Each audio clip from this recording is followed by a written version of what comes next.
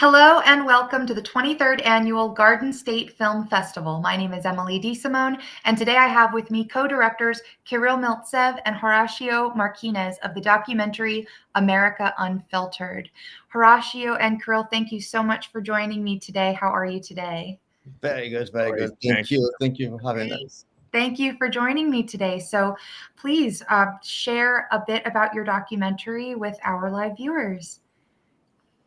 Kirill, take it on. Yeah, so it was a pandemic baby for us because we both were locked in our Los Angeles houses, and so we decided to go on the road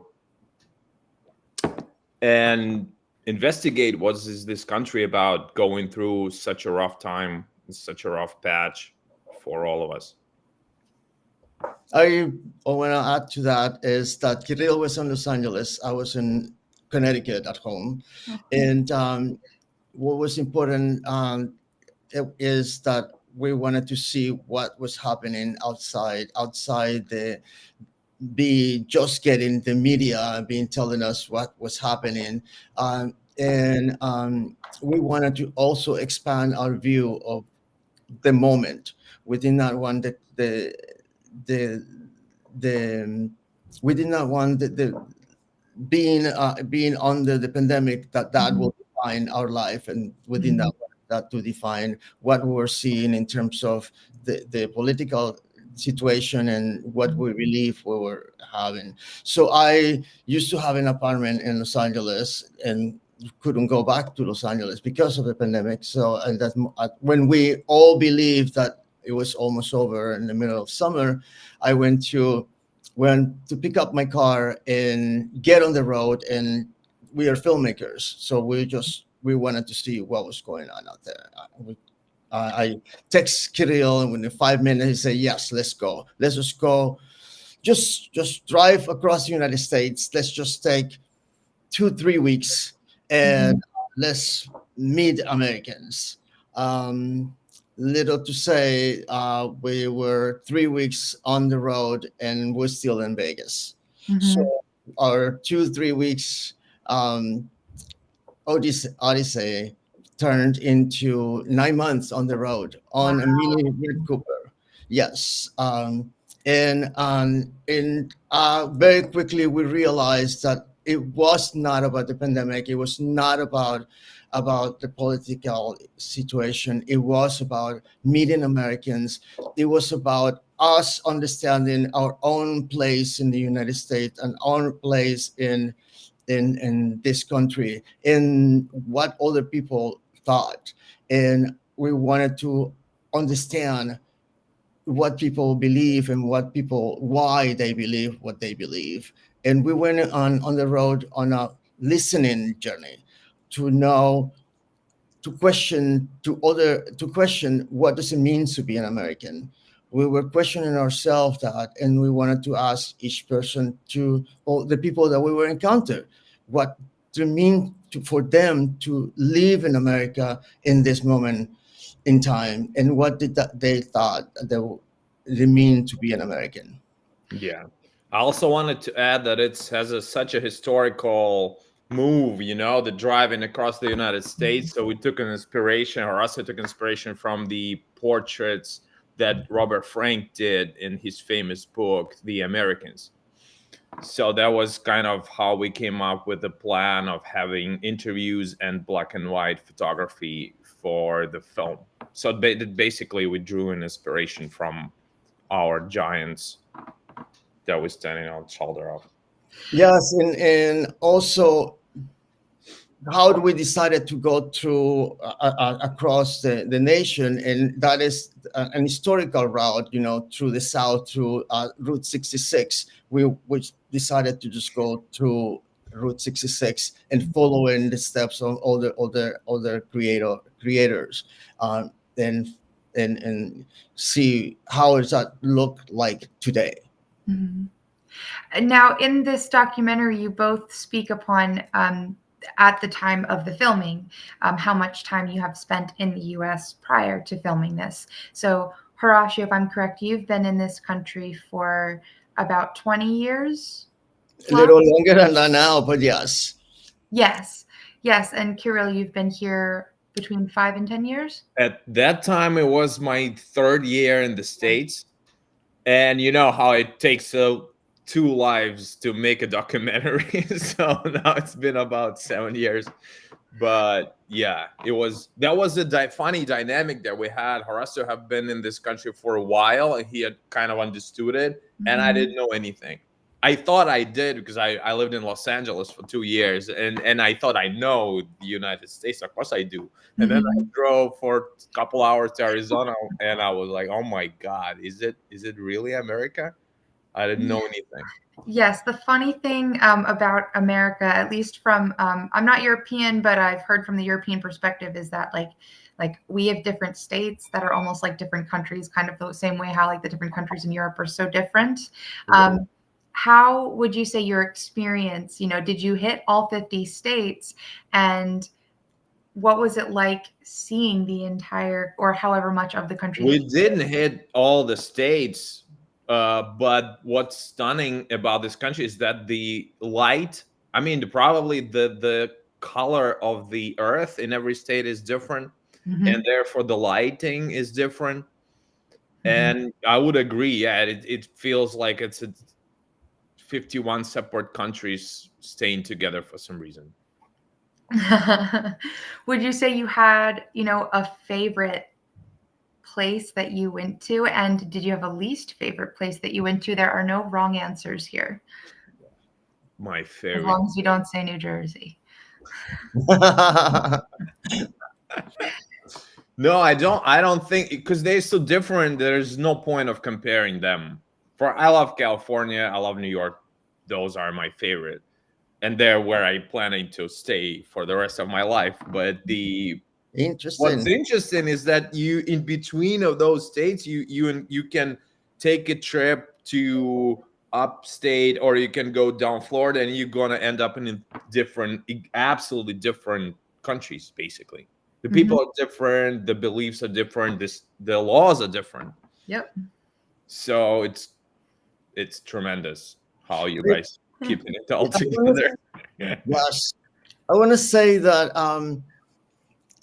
one thing that we very quickly realized and wanted to concentrate, this was not a travel log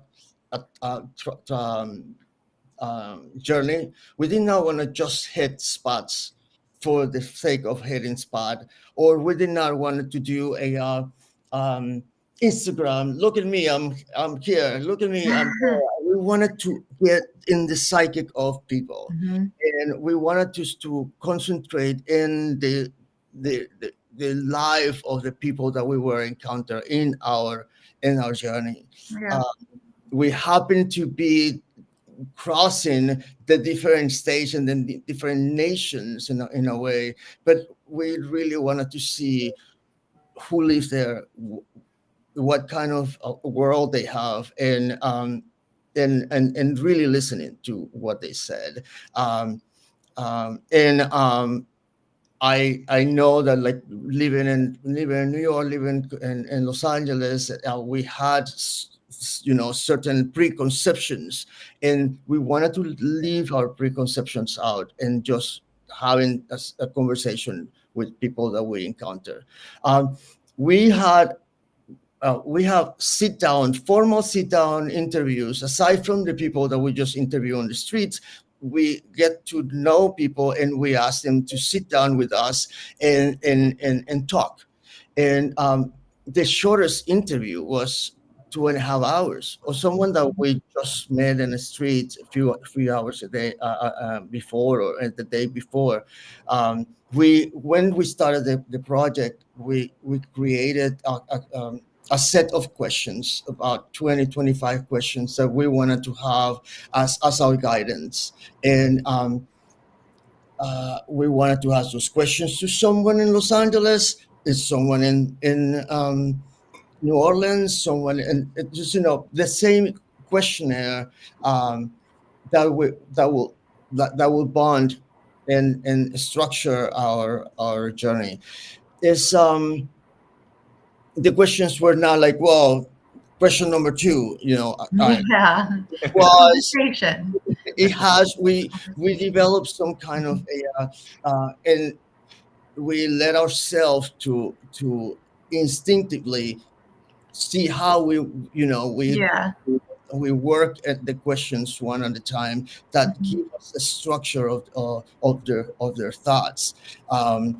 And I was not afraid of being confrontational, but at the same time, it was not about, listen, I know what I know, and let me tell you world is. We just wanted to see what they have to say, and we were the questions were from gun laws to Black Lives Matter to big picture Yeah. questionnaires. Hot topics. Yeah. Yeah, Yeah. but then we also wanted to narrow it into personal questions. Tell me about your family. Tell me about your kids. Tell me about how do you survive? Tell me about your parents. And people open Yeah. and interesting enough. One of the most disarming, and that was a surprise for us. One of the most disarming questions was, tell us about love. Oh, People were not expecting a question like that, or yeah. tell us about hope. And we have this very interesting, deep answers about people telling us what they thought love was, or what they thought if they have hope on this country and hope for their families. And that's one of our big picture ideas in our film. Is there still hope? Does American have hope on Mhm.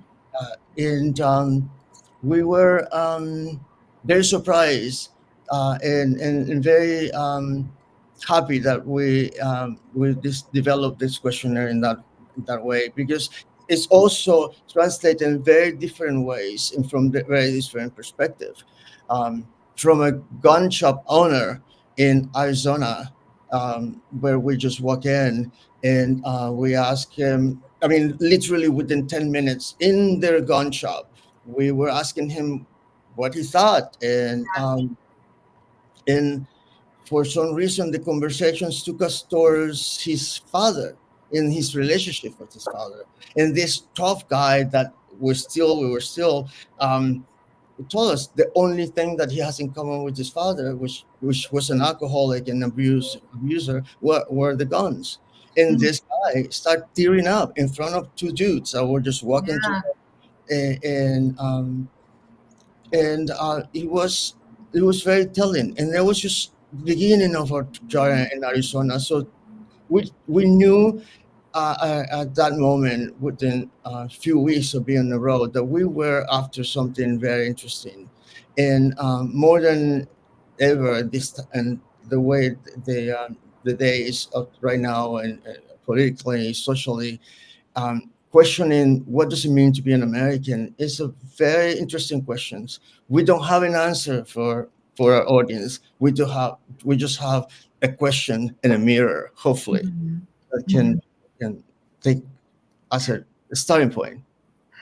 Of what I saw of the interview or of the documentary, I thought it's so interesting to see how you can see a stranger on the street and you can get to know so deeply into their lives just by asking a few questions and seeing how, like, everyone around us, I mean, we all know everyone has their own lives, but there's something beautiful, I think, in being able to connect in that way with just complete strangers that you meet in a gas station. The Um, factor the factor that we were came off as a foreigners mhm. helped tremendously. It's just some guy on the street that is obviously not from around here ask you some questions. You kind of you like a hospitable local. You wanted to connect, you wanted to explain what's going on in this country, and that's probably what opened the door for us. Absolutely. And obviously some Russian and Panamanian charm. I'm sure, absolutely. Well, I feel like I could go on with you guys forever, but unfortunately, I only have 15 minutes. So thank you so much, Kirill and Horatio, for Thank you. joining me today. You guys, you can see the documentary America Unfiltered at the Berkeley Continental on Saturday, March 29th at 6:15 p.m. Will I be seeing the two of you there? Hopefully, yes. Yes. All righty. Well, I so look forward to it. And again, thank you so much for joining me today. Thank Yeah, you. Bye, see guys. you there. Thanks so much. Thank you.